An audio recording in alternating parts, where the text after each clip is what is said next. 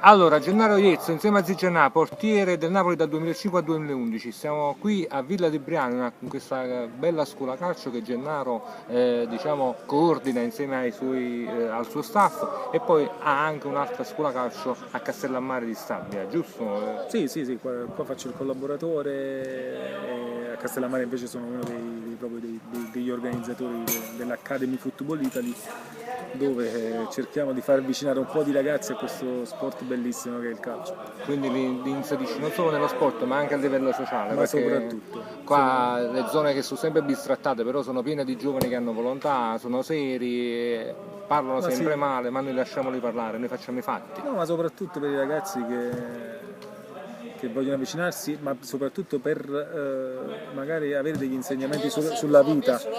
Stavi parlando della scuola calcio, Gennaro, quindi queste scuole calcio di questi ragazzi che vengono inseriti non solo a livello sportivo ma anche a livello sociale, perché poi queste zone sono bistrattate, però invece hanno dei ragazzi con dei valori seri e che vogliono fare qualcosa. No, ma di quelle che parlano male noi non ce ne frega proprio. Infatti. Non ce ne deve fregare, perché sicuramente in queste zone che vengono sempre magari tartassate in modo negativo, invece ci sono tantissimi ragazzi che vogliono vivere nella legalità e lo fanno veramente con tanto impegno. Per questo diciamo che devono essere anzi valorizzati questi ragazzi, perché veramente ci mettono la voglia. Villa di Briano, Castellammare, come tanti altri posti della Campania, non esiste soltanto il lato negativo, ma esistono la maggior parte tutte cose positive. Che vengono solo esaltati a volte i lati negativi, ma i lati positivi sono di gran lunga superiori. Sicuramente di più. Poi tu stai facendo il corso a Coverciano, quindi ti porterà questo cammino a diventare allenatore in Serie A, ce lo auguriamo tutti, magari quello del Napoli, sarai magari il prossimo, tra qualche anno, te lo auguriamo, allenatore del Napoli. Ma diciamo che stiamo iniziando questa nuova avventura da allenatore. Adesso sto a Coverciano per imparare, giustamente, perché per fare l'allenatore bisogna imparare e fare tanta esperienza, è un'altra storia rispetto a quello che è un discorso da calciatore. Quando stai dall'altra parte inizi a capire realmente che poi com'è difficile il ruolo dell'allenatore. Vabbè, però tu stai facendo questo cammino ormai da un po' di tempo, però Zigianà qua dobbiamo commentare le partite del Napoli, questo fa Zigianà ogni settimana. L'altra sera abbiamo fatto questa partita con l'Atalanta e diciamo siamo stati tra virgolette sfortunati perché abbiamo giocato bene, poi alla fine quel rigore sbagliato dai il Pipita oppure un grande gesto di sportivo, tu come la vedi? Quando viene parato un rigore, la maggior parte delle volte si dice sempre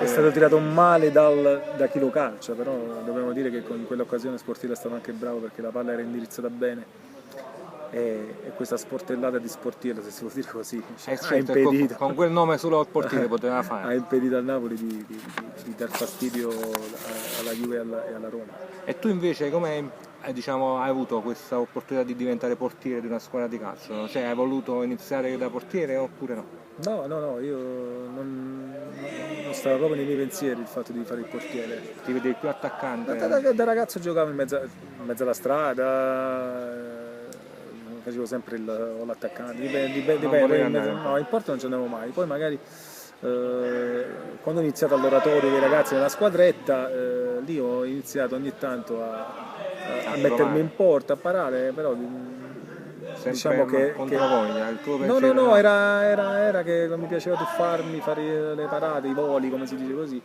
e da lì è iniziata la mia carriera da portiere. E qual era il tuo soprannome da portiere, diciamo? Hai mai avuto un soprannome tipo, che ne so, i vari Garella e Garellic, no, diciamo a me Giaguaro, Castellini. No, a me diciamo che tutti quanti mi chiamano Jazz, perché per il discorso perché diciamo che sono amante del pianoforte, mi piace ogni tanto così. No, sono autodidatta da piccolo, diciamo che mi piace perdere un po' di tempo vicino al pianoforte e mi piace tanto la musica jazz. Allora il mio cognome è Iezzo e praticamente Iezzo Jazz è uscito fuori questo jazz. Oggi la maggior parte dei ragazzi mi chiamano Jazz ancora. Allora Jazz, senti un po', ma tu hai parato anche tanti rigori. Quando diciamo stavi in Serie A hai parlato con il Napoli un rigore memorabile a Cacà contro il Milan al San Siro, che poi perdemmo quella partita 1-0 nel novembre, E te la ricordi ancora? Fu una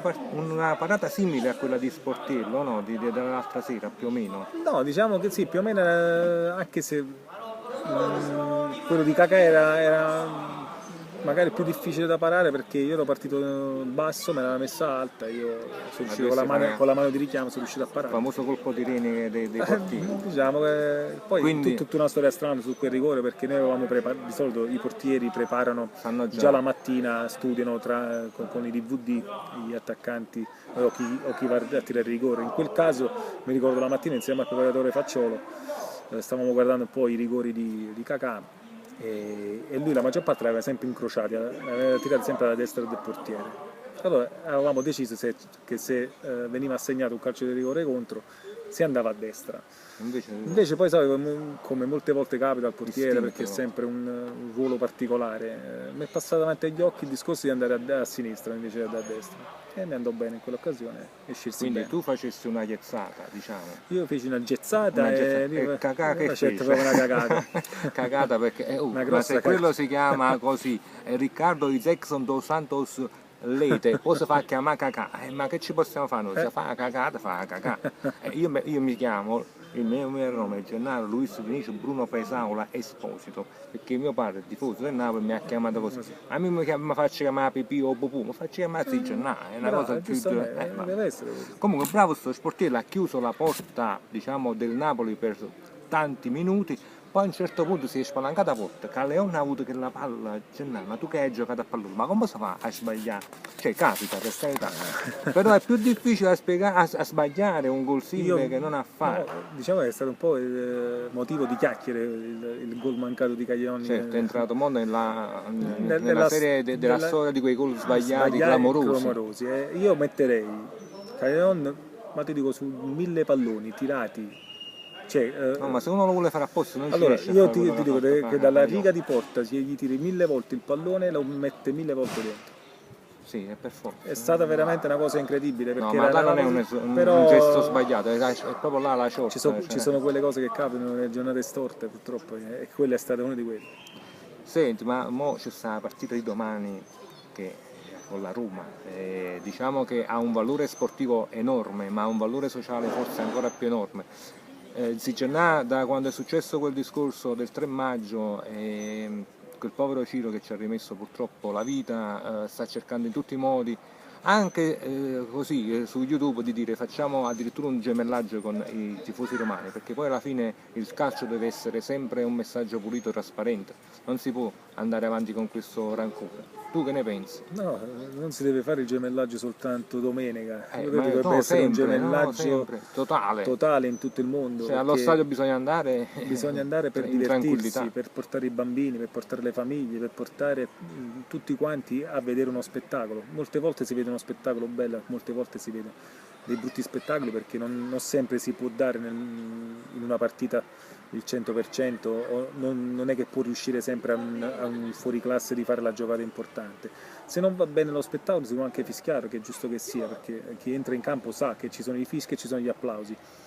Però bisogna rimanere là. C'è anche lo sfottò. Ma lo sfottò è bello quando è sano e pulito, senza magari offendere, perché noi molto spesso si vede sui campi, per fortuna non delle nostre parti, del sud Italia, cori razzisti. Questa ignoranza che ci deve scivolare addosso, perché siamo noi come napoletani ci pigliano sempre di mira, però noi napoletani e ai ragazzi di colore, credo che sia veramente, siamo nel 2014 e credo che sia veramente una cosa vergognosa sentire ancora questi cori sugli spalti.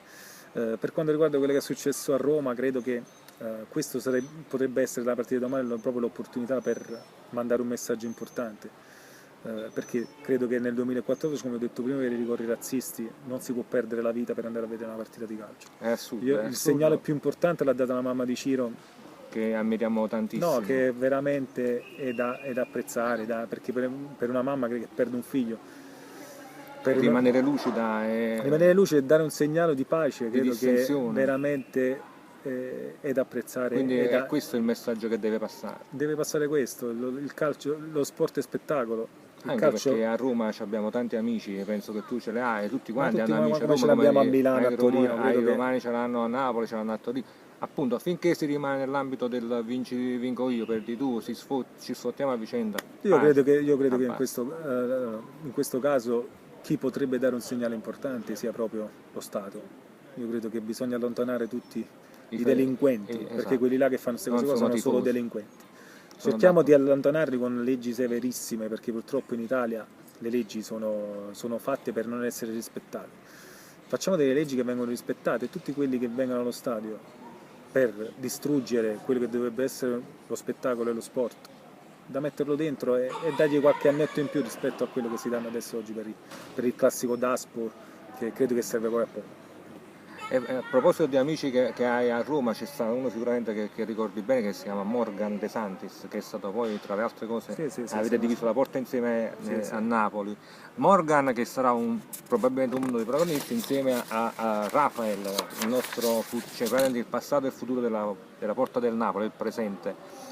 Due stili diversi di portieri, De Santis nelle ultime uscite anche a Napoli, cioè a proposito di uscite, ma uscivo sempre De Santis, mi ricordo le ultime partite che facevo, nel senso che andavo un po' a farfalle e quindi vabbè, però a farfalle tra virgolette, qualche pallone, qualche svarino. No, dobbiamo sperare che per domani. Per domani vado ancora No, a farfalle. ma non me ne voglia Morgan. Però invece Rafael, pure la moglie di Santis quando stava andando, diceva, ma chi se esce sempre, ma non sta mai più a casa, era un periodo che usciva, invece Rafael è un po' più, diciamo, non esce tanto, i critici dicono non esce bene, lo stanno punzecchiando, lui dopo che se n'è andato a Rennes sta ritrovando però questa forma fisica e mentale, è tutto porta e chiesa, questo ragazzo, perché poi entra, prega, qualcuno anche dice prega un po' di meno e para un po' di più, No, però vogliamo dire anche Rafael. Questo non significa nulla, No, pregare anzi, di più no. e parare di più, quello deve essere il segnale. Infatti. Io credo che Sono due portieri diversi, ma tutti e due bravi, no? Rafael è un giovane portiere che ha delle grandi qualità, credo che pian pianino le metterà in pratica e farà vedere a tutti quanti quello che è il suo valore. Per quanto riguarda Morgan è un portiere esperto, un ragazzo che ha fatto benissimo, ha fatto bene a Napoli, lo sta facendo bene a Roma, però speriamo che domani faccia meno bene. Non me ne voglia Morgan, inizia a parare dall'altra partita, domani un po' di meno perché a Napoli siamo uniti. Domani pure se fai delle grandi parate, basta Fai una fare grandissima un gol parata, di più a noi. anche se prende gol normalmente, neanche senza fare stupidaggini, a noi ci fa piacere. Vabbè Gena, allora noi ti possiamo ringraziare, ti salutiamo. Forse Zigenà sta trovando spazio in televisione, stiamo cercando di fare un progetto televisivo. Magari avessimo il tuo aiuto qualche volta con i tuoi pareri, con le tue opinioni, come hai fatto quest'oggi, saremo contentissimi. Zigenà sempre a disposizione, qualsiasi cosa, non ci sta problema. E Gennaro Iezzo, il più grande Gennaro di tutti i tempi della squadra del Napoli, e dobbiamo solo ovviamente augurarci domani che il Napoli vinca contro la Roma. Io non sono scaramantico, questo sfatiamo il mito che i tifosi del Napoli sono tutti quanti scaramantici, no, quindi bisogna pensare che domani, lo sai che l'altra volta quando stavamo perdendo 1-0 contro il Verona, mandai un WhatsApp agli amici, voglio doppietta di Amsic e tripletta di Guain. Oh, che è successo? Doppietta di Amsic e tripletta. Non l'ho giocata, ma rimane una vittoria da Napoli, ma gioco perché non si sa mai. Bravo. Allora, Gennà, grazie ancora, ti lasciamo alle tue attività, al tuo corso e sempre Forza Napoli. Sempre e soprattutto forza. Grazie, ciao. Ciao.